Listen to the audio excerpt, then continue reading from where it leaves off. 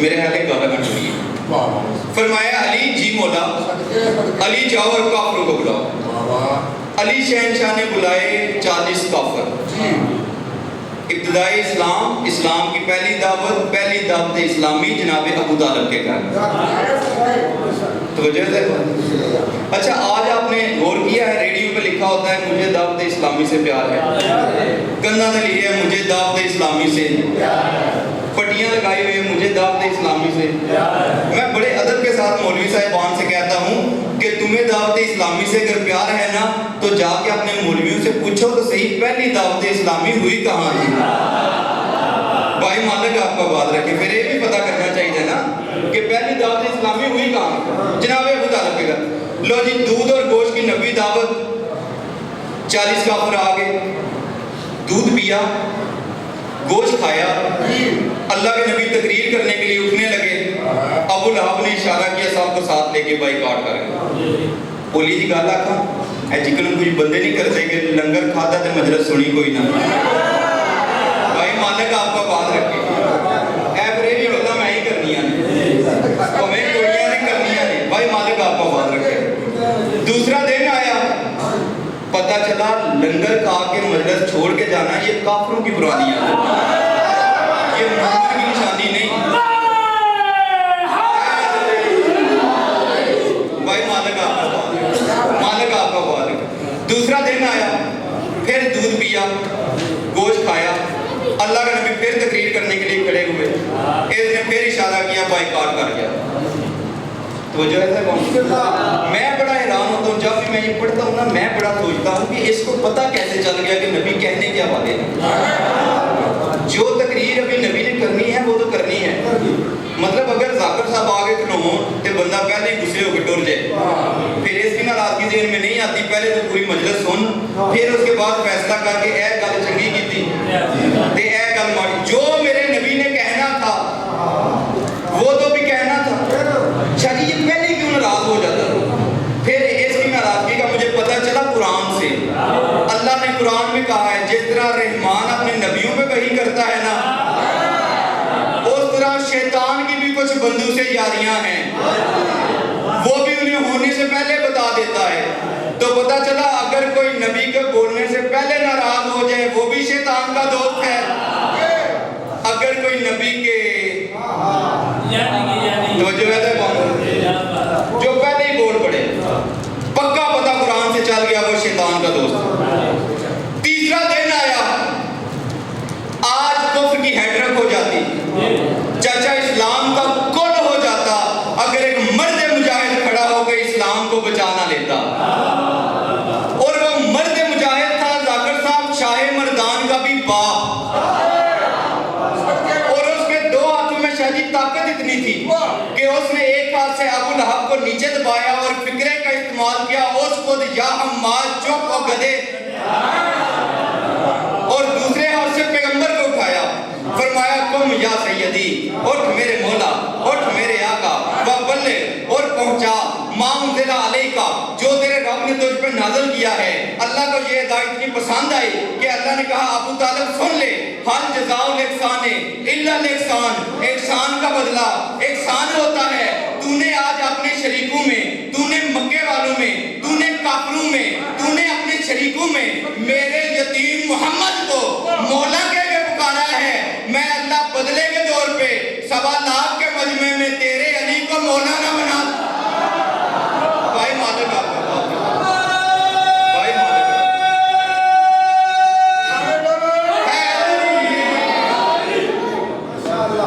تو جو ہے فرمایا میں اللہ کسی کا ادھار نہیں رکھتا. آج تو نے میرے یتیم محمد کو مولا بنایا ہے. جناب ابو طالب نے کہا کم یا سیدی, اٹھ میرے مولا. اللہ نے کہا میں بدلے کے طور پہ 1.25 لاکھ کے مجمع میں تیرے علی کو قیامت تک مولا بنا دوں گا. بھائی مالک آپ کو بات. جناب ابو طالب کھڑے ہو, فرمایا خبردار, آج کوئی بھی بندہ میرے مولا کی تقریر سنے بغیر نہیں جائے گا, اور اگر کسی نے قدم بڑھایا تو پھر اس کے جسم پہ اس کا سر نہیں ہوگا. تو جو ہے بندے چپ کر کے نے, اوے علی کے باپ ڈیرے دار تھے, سردار تھے مکہ کے, ہاں